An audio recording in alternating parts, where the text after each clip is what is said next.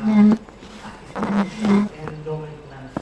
Sa side ng engineering, ang gagawin na lang niya is basically visual checking, just check kung may mga out of place ba, and cleaning. As for the other mas technical na maintenance and troubleshooting, wala po sila natin gagawin since feature namin ito isa fan as low maintenance. The efficiency, we are more than 90% na efficient compared sa mga conventional motors. Pattern natin is ID1, ID1 yung nakamataas, pero even the highest efficient na motor is still relatively higher even lower shop hour. Then, rush current, so meron tayong DSP, so wala na po tayong mga rush na current na may experience upon operation of kitchen exhaust fan. So, speaking of ito, this basically was how to describe kung paano nakakasave yung PC fans natin. Which is also one of the features of our PC fans, basically to provide more energy savings compared sa mga conventional fans natin. We are creating at least 20% energy savings, but upon our testing commissioning, nakapag-save kami ng 89%. Which is actually in our side, which is surprising kami. Kasi at nung kunyutan talaga namin kay Sir Christian, is only 20-30%, but we managed to get 89%. So that just to show na sobrang inefficient yung existing na equipment nyo. Then the application ng mga dispense namin, so basically, as long as it's a HVAC system na may mga fans and blowers, meron kami specific na product para doon. And HVAC process details. So this is for the HU or in layman's term, aircon. So although this is not a exhaust, the concept is still the same.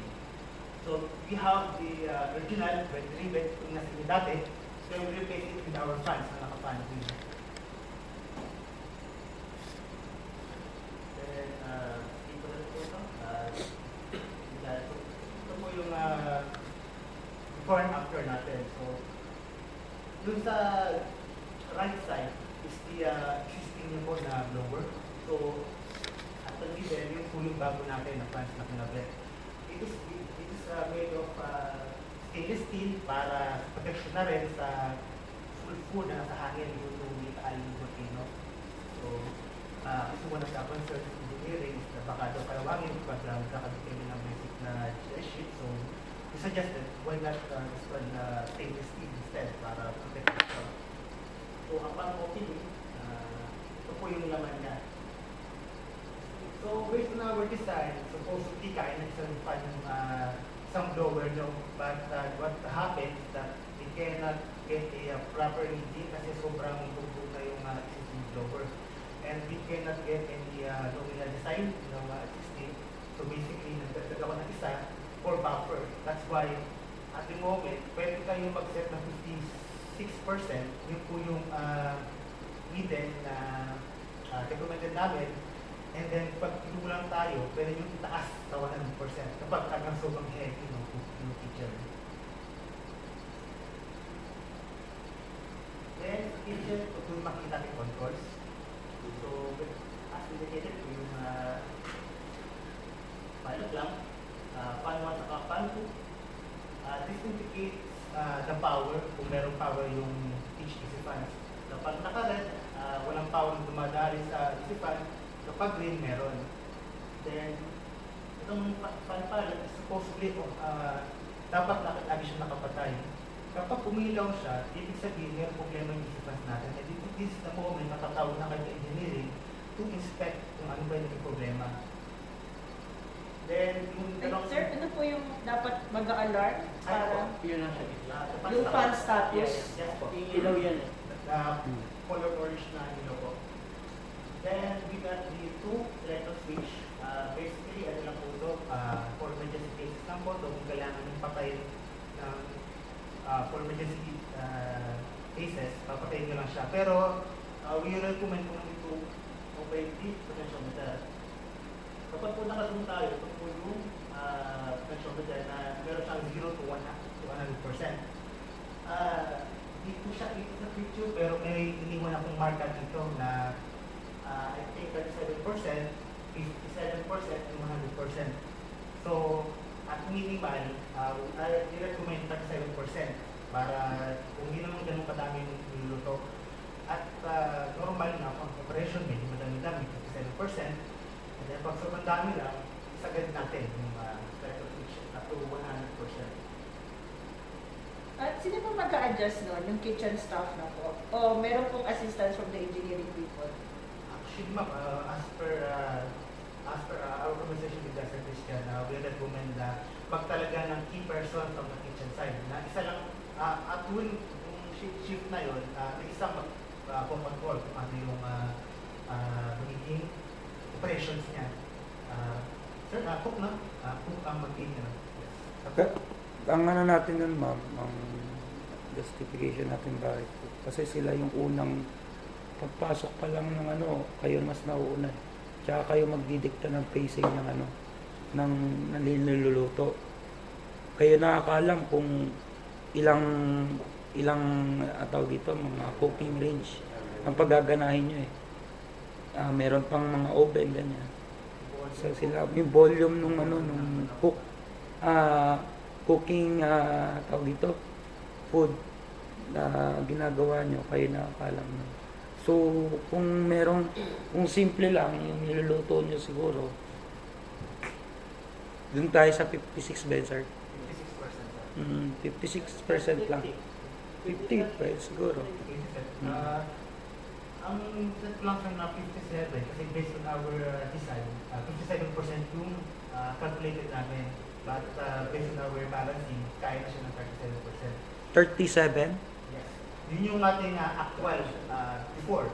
Kumbaga yung 37%, ma'am, sir, yun yung dating lakas ng exhaust fan ng dati. Oo, yung tapon niya ng hangin. Yun yung equivalent niya. Pag normal operation, pwede niyong 56. 56 na lang. Pero kung gusto nyong medyo maangat yung pagluluto nyo, pwede kayo magdagdag hanggang 100. 100%. Kung nga sobrang dami kayo magluto, lahat nakabukas na, sabay-sabay. Hindi nyo maano, may sabay-sabay kayo magluto eh. Doon nyo na yung 100. Para yung ibang exos sa ano po, lang po sa... Actually, yun yung hinihintay ko eh. Yung kaya nyo ng, yun na yung Yung bagong kapitan, no? Yung nasa Sa mga bintana. taginaan. Oo, nasa report na yun. So sir, parang ano lang, recap ko lang, 56 to 57 yung pinaka-minimum Yun po siya yung recommended. Recommended. At normal cooking.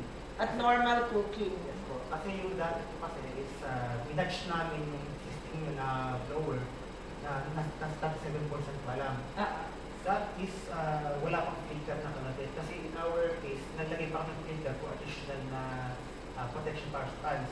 So syempre, pag nalagay kang filter, meron tayong pressure drop.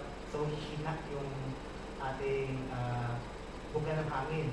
So sa case po naman na hindi naman ganun ka-heavy, pero at least may nalabas na hangin, pwede natin isipin 37. Pero kung may nagluluto na, pwede natin isipin 6%, then kapag nag-decide na rin, para madami tayo tutuin ngayon, sagad natin for time. So, Parang kung sa 56, 57, nagala lahat ang Oo, mainit. mainit. So yun yung 100%. Meron po ba siyang parang gradation na dapat 56 ka agad? kahit po 6 po ba? 56 ka agad. Hindi yung parang katulad ng mga aircon na dapat nasa fan muna bago mo siya ilalagyan. Pwede siya ano kagad sa 56. Sagad na po ma'am. So, Okay, very good.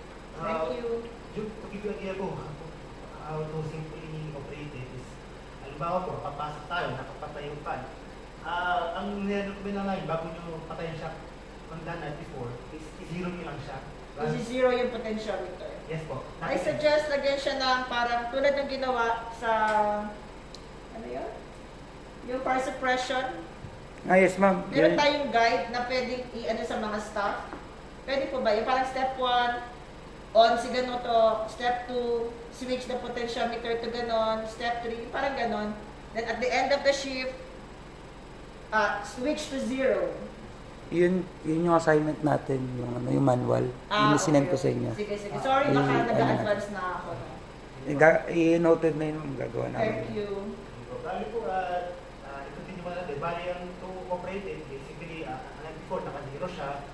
Kung sino po yung unang bracket sa, or sino yung mag-operate, i-set niya kagad ng 56. Then kapag katapos ng shift nila, wala nang gagawin, zero ulit. Ayun. So, wala na po tayo pang gagawin. Ba- 0, 56%, 56%, 0. Baka basta huwag niyong kalimutan yung zero. Kasi pag, kung nga maging 10 yon o kaya 5, gumagana pa yun sa taas. Talagang si Dapat zero zero. is to the left or to the right? Meron po siyang number, ma'am. Pero to the left po yung To the left. To the left. Okay, okay. Thank you. Ang right, yung pabukas. To 100. Palakas. Clockwise po. Then counterclockwise tayo na. Okay, okay. Thank you. Sige, sir. Salamat po. Wala po question sa operations. Bago ako mag-proceed sa maintenance. Mamaya naman i-demo nyo siya sa kanila dun sa kitchen. Ano po? Yes po, mukhang magandang yung kung okay sa kanila, pwede tayo sumilip saglit sa taas. Kung okay po sa inyo. What is the purpose of making silip sa taas? Para naman kung makita nyo. Ma-appreciate niyo yung mismong ano, yung Iba na lang po. existing. Oo. Hindi na. Oo. Yun na Ang lang. importante sa kanila yung sa kusina, sir. Kasi po, Okay, thank you. maintenance po, basically, gagawa ng po test engineering. So, pasadahan ko lang ng mabilis. So, safety regulation and system information. So, lalagay tayo ng mga signages para alam natin kung hindi dapat gawin o ang dapat hindi dapat gawin. Yes, that's Okay. important. Okay. Second is staff qualification. Nga po, as I mentioned earlier, magkakalitan tayo ng key person na siya lang mag-operate ng mga equipment. Then, we got basic safety rules. So, mostly naman po, si engineering lang yung gagalaw. Hello? Sila yung magbubukas. So, Hello? sa staff po, Hello? siguro, Sino to? maglalagay na lang din ng mga simpleng warning. Hello? Yes, yes. Thank you. Then, mechanical movement, this involves yung pinaka-lower taas. So, skip mo na po. Hello? Yung mga staff. Nasa conference. Then, injuries, kapag nag-operate Conference po, to. pinaka- Oo nga eh. Naging tatlo yung cellphone ko dito. Then, Magkaparehas pala tayo. Punta ka dito. Kung si zero lang tayo, okay na po yun. Sagad lang Oo, natin punta ka dito. zero, Papunta yung to. Conference to. Then, Nabara? Nabara ba? engineering na rin po daw. Sila rin magigilis ng Castillo. Para magkaparehas tayo na likod na cellphone. then, basic troubleshooting. Sige, sige. Nadala. Ito po yung tsura ng fans natin. Meron po siyang LED. Nag-indicate siya ng warning. So, engineering din. Basic Yeah. troubleshooting. So, yun yung mga code. Kasi meron po pala siyang LED na nag-blink. Each blink, meron siya represent na warning. So, just want to share that. So, ito po is dapat orange blinking. Ito po yung ibig sabihin. Then, red blinking. Ito naman yung sabihin. So, for example, 3 blinks. Number 3 is na outage overheating. So, pero mulekli po, kapag nagkaroon tayo ng ilaw sa fan status, alin man po dito ang lalabas dito sa taas kapag nag-check engineering. So, upon seeing the fan status ng ilaw, you should contact first engineering dahil sila nang bahala kung ano na yung gagawin yung troubleshooting or repair sa taas ng equipment. And of course, kung medyo nahirapan sa engineering, we can always forecast EFAP or CBT, so we can always provide our assistance. So, that's it for the presentation. Do you have any further questions regarding to natin? Sir, may tanong lang ako. Yung dating nagkakaroon kami ng problema sa mga fan belt na maingay, in your case, wala na yon. Yes po, ma'am.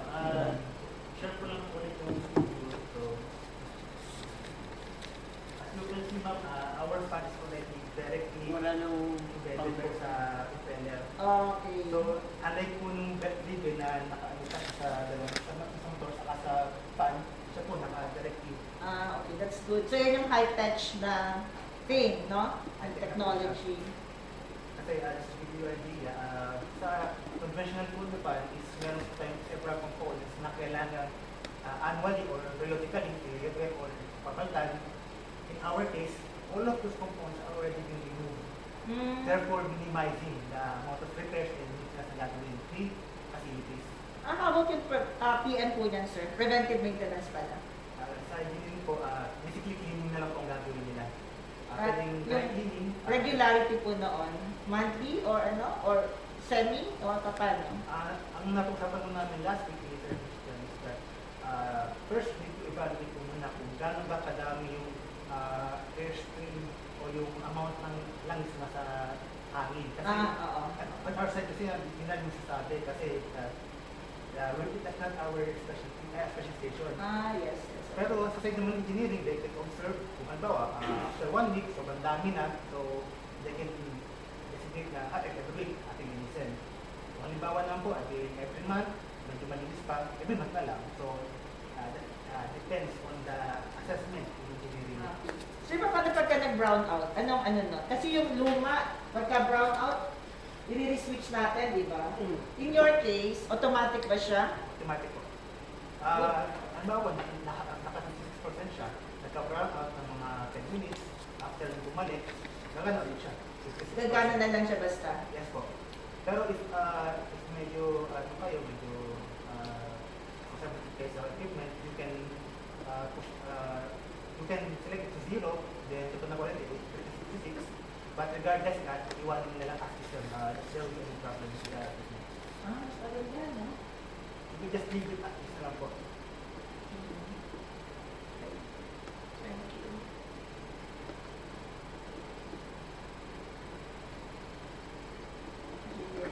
Yun na lang siguro, sir, hintay na lang namin sa kitchen na ipopost nila with you na parang procedural instruction sa mga cooks. Sige po. Thank you. So, shall we proceed po? Sige po, para makita nila yung actual. Sa kusina. Sa kusina para ma-experience nila. Ay, thank you, sir. Thank you very much. Thank you, ma'am. Wow. Puntahan niyo na sa kitchen para i